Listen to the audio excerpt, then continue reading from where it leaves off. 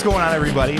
Mark Schildroth here for BatterJoystick.com, and you have just tuned into the first ever episode of The BJ Show, the official podcast / video show for BatterJoystick.com. Joining me is my new best friend in the whole wide world, handsome gentleman, video gamer extraordinaire, bearded man, Mark Tour. What's going on, buddy? How you doing? Just starting off the podcast, trying to figure things out. Exactly. This is our first time doing something like this. Yeah, so the fact that we have no idea what we're doing, we should probably give a little hint to the viewers or listeners. Depending on how you consume this media. Yeah. There is too, so if we ever start saying, look at this right here, ow, ow, or something of the like, it's because there's a video, and you can watch that on the website. Yeah, if you happen to be finding this on iTunes or something, we don't really know what we're doing with this yet, but find us on YouTube. It's where it's at. Or in the dumpster, depending how this goes. And then after you find yourself on YouTube, what you want to do is subscribe to this channel, Batter Joystick, and also like the video, because that helps us out a great deal. Right. So Mark and I, Yep. Mark and Mark, are going to be talking about video games, just our opinions, Here the and there. industry. Yeah. What gives us the authority to do this? Absolutely nothing. Oh, I'm not even sure if we're getting paid for this. We get a pat on the back. we got a beer out of it. Yeah, that works. We get free beer, so that's nice. But I say we just start rolling right into it. Absolutely, buddy. What are you playing these days? I just started finishing Assassin's Creed 4. Beautiful. The expansion. Okay, now what are you playing this on? I'm playing it on Xbox 360. Okay, living in the past. It's okay. Yeah, no, it actually just shit the bed. Oh, really? A couple days. Yeah, the heating system went out, and this is the second That time never happens with Xboxes. I've never heard of that happening before. I know, right? I know. I don't get it. It's just me. But it didn't even 3-ring. It'll run for about 2 hours tops, Oh, yeah? and then it'll just get the 2 blinky lights and just shut down. It always overheats. Blinking lights, no good. Maybe I'm just a dirty bastard and need to clean it out. Definitely. But that's what I'm going to do. Okay. Anyways, before it puttered out, I was playing the new DLC. What is it called? Someone will know. Just look up the DLC. You get to play as Adewale, the First mate. He's his first mate, right? Yeah, the quartermaster. Okay, sure. If you really want to be a pretentious prick, and We obviously do. yes, that's why we're here. Played as Adewale, who was, I guess, an African American. Well, he's not even African. He's from Trinidad. Right. So he's Trinidadian. Trinidadian. One of the sort. We're coming off as so ignorant. Sorry, Right now. it's the internet. We can look that up at some point eventually too. Oh, fair enough. And I don't know. I felt way more involved because the whole point of the Assassins versus the Templars in that series is Right. about enslavement and freedom. And he actually was a slave. Right. So he knew what was at stake, and I felt more of a connection to him, despite the fact that we were speaking earlier how white males tend to dominate the protagonist role That's in all right. these video games. Yeah. And I don't know. Do you think that's changing, or? I would like to think it's changing a little bit. I mean, we were looking at now the way things are is hopefully we can get to a point where there's almost as many, if not more, non-white male protagonists as there are everything else combined. But I mean, we're not even close to that yet. We're looking right now and stuff like The Walking Dead, where you play as Lee in the first season and Clementine in the second season. Like that's like at least something as far as that. I mean, we're talking about like Assassin's Creed right now, and like even like Altair and like they're pretty much like white. Like I mean, like some of them are like half white or whatever. Ezio is like Italian. So I mean, but this Adewale stuff is kind of cool because. I mean, I haven't finished Assassin's Creed 4 yet, but I mean, what does he have to do? Like, does he become an assassin at the end? Can we talk about that without spoiling anything? I feel like if I say spoilers right now, I'm sure we could edit it so that people know the time signature or something of the like. Mild spoilers for Assassin's Creed 4. Watch out. Spoilers. At the end, Edward becomes an assassin. Right. Adewale, it's implied, or well, actually, it's kind of outright said that Adewale becomes part of the assassins before. Okay. Because he's more, I guess, moral-minded. But you do kind of get a sense of like white man to save the day. I understand. When you play as Edward. Right. Which it's one of those tropes that I think the industry finds hard to let go of, not because of any kind of racist sentiment, but that's because that's what sold before. Right, that's the way it is, right? That's the way it's always been. These are the games that sell. Yeah. We have to make our games like that in order to sell. I mean, that's why you see so many publishers trying to get the next Call of Duty or like the next League of Legends right now is like the biggest thing to talk about right now. Yeah. Everybody thinks that, or you know, I mean, like 5-6 years ago, it was we have to make WoW. Like we have to get all those people who are playing WoW to stop playing WoW and come play our MMO.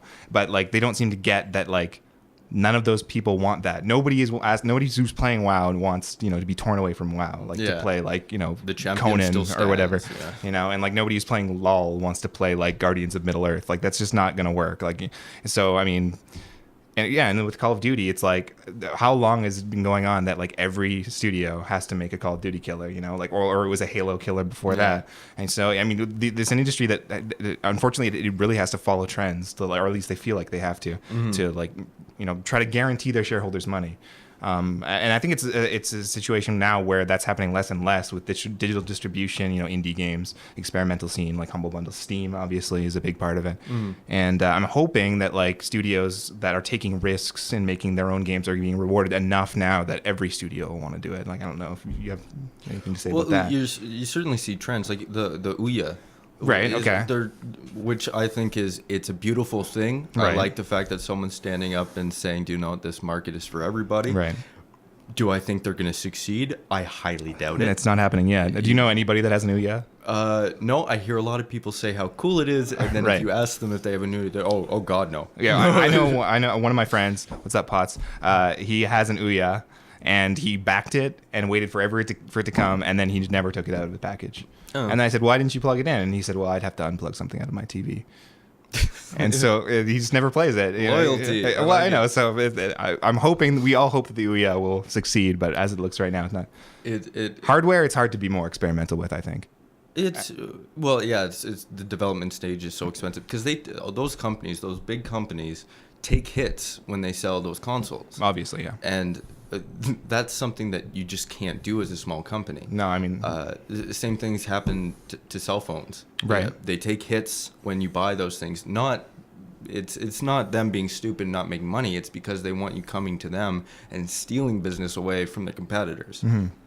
But so that's why I think it was a very dangerous step for them. But I do admire them for doing it. right. But the thing I like most about the Ouya is that they give the tools to make games freely out, and I thought that was going to be the hook, but no one's really ran with it yet that I've seen anyway. I think that's a hard sell to the average consumer. Like that sounds awesome to developers and people who are into that scene, but I think as far as like, you know, regular mom and pop on the street looking for a game system for their little one, that's a tough thing to be like, hey, you know, like, oh, they're making cool games. Well, does it have Angry Birds? It's like, well, maybe. I don't know. I'm not sure if someone's made it yet. Yeah. But I'm not sure if you read Malcolm Gladwell, the Tipping Point. It's a very good book to skim. Read it. Skim it. Sorry. That's usually how it starts. Is you have to get the hardcore people first. I think that you're totally right. And they will form it just by their own actions into something that the mass would want.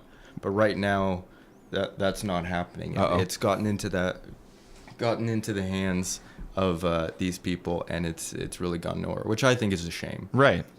But as for the big AAA games where you see stuff where they don't change, and because they keep selling it, and therefore you don't change things that should be changed. Right. The people on the bottom are ready to change.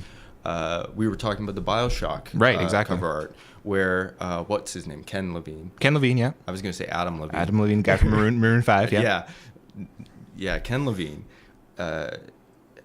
did a lot of research on his box art. Right. This was his baby, by the look. This would be I wish we had it to show, but, you know, maybe we can have it pop up on YouTube magically or something. Yeah.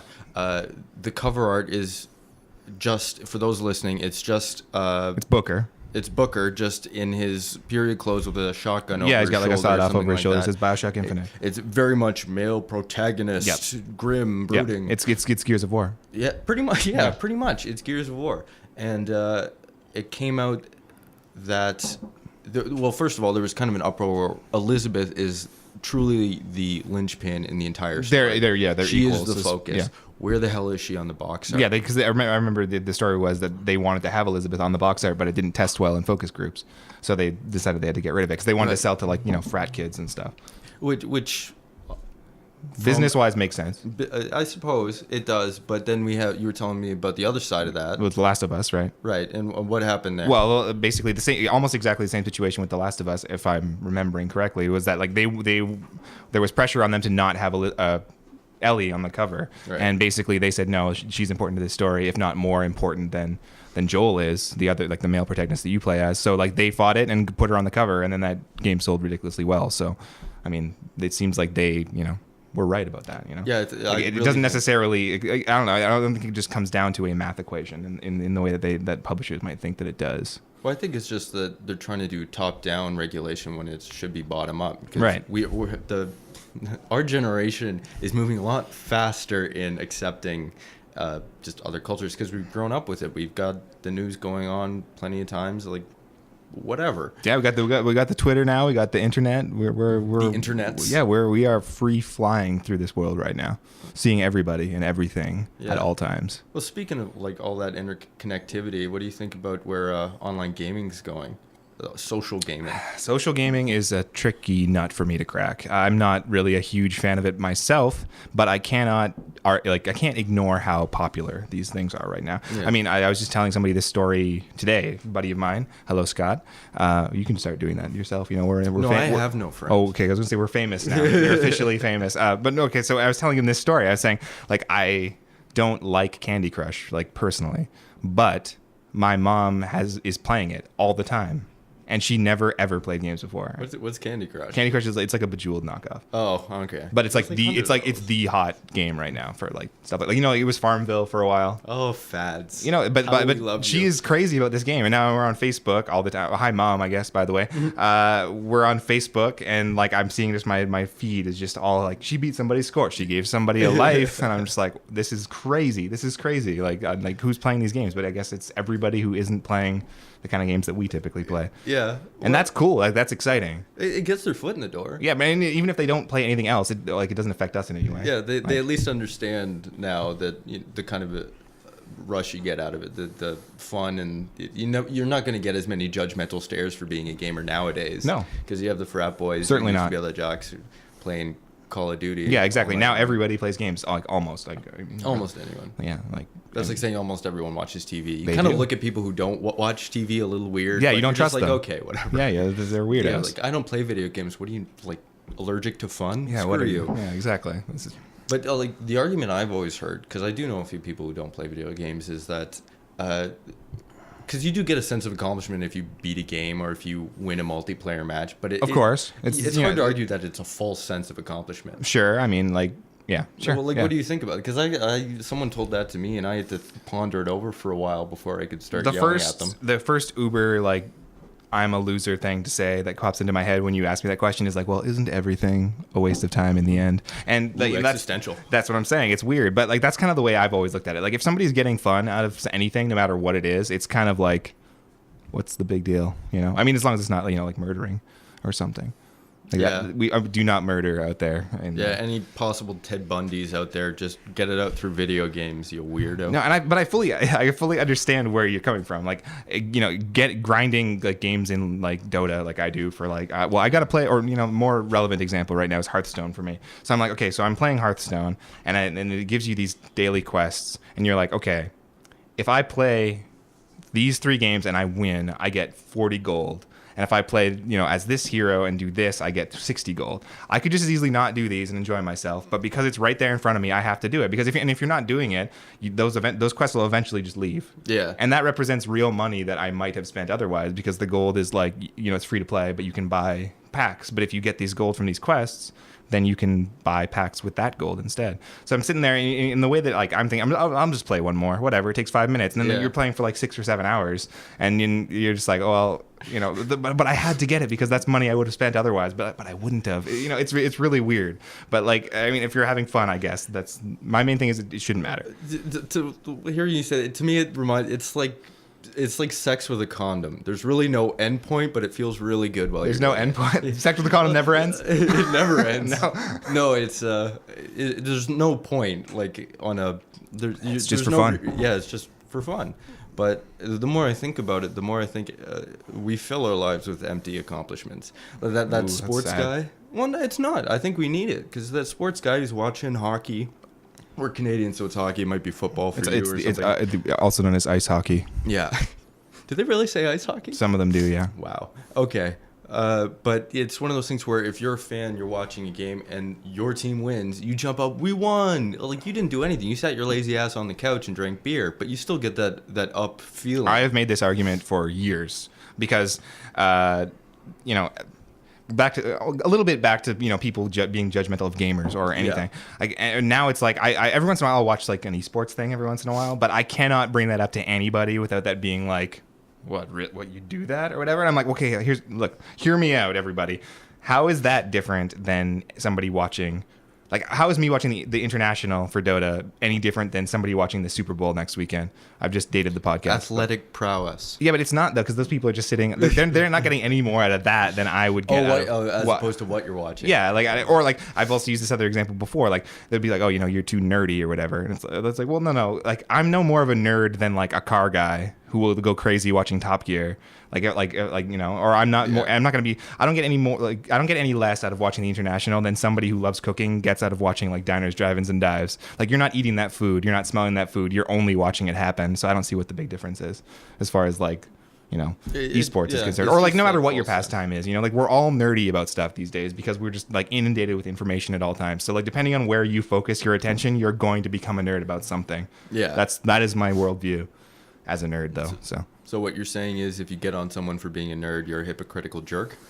You heard it here, folks. You don't have to be mean about it, but yeah, that's what I'm saying. Okay. I'll be mean about it. You can Obviously. You can be nice about it. I'm just like, oh man, look at my V6. I'd be like, oh cool, look at my like Charmander. I have no idea what you're talking about. Okay, but it comes back to like being, well, I wouldn't go so far as to say bullied, but this kind of segregation of us versus them. Sure. That's within the gamer community as well. Definitely. I've played League of Legends. I have cried once or twice. It's not a happy world. No, it's not. It's I used to just sit back and try and ignore it, but it doesn't work.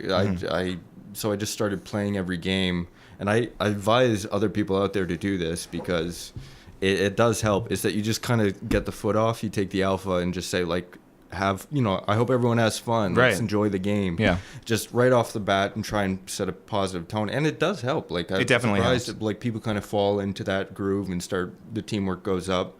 But it's kind of sad that we have to so actively try and boost the positivity. And we're all gamers. We're all nerds. Why are we all getting pissy over kill streaks? Because reasons. Because reasons. That's why. Sometimes you just gotta yell racial slurs at a 12-year-old. I mean, what's my problem? Whatever, man. It's been like 15 minutes and they have not moved from middle lane, so you have to like shit talk them. Like that's just how it works. Yeah, it's over. You're level 7. No, you can't be doing that. Everybody should be nice out there.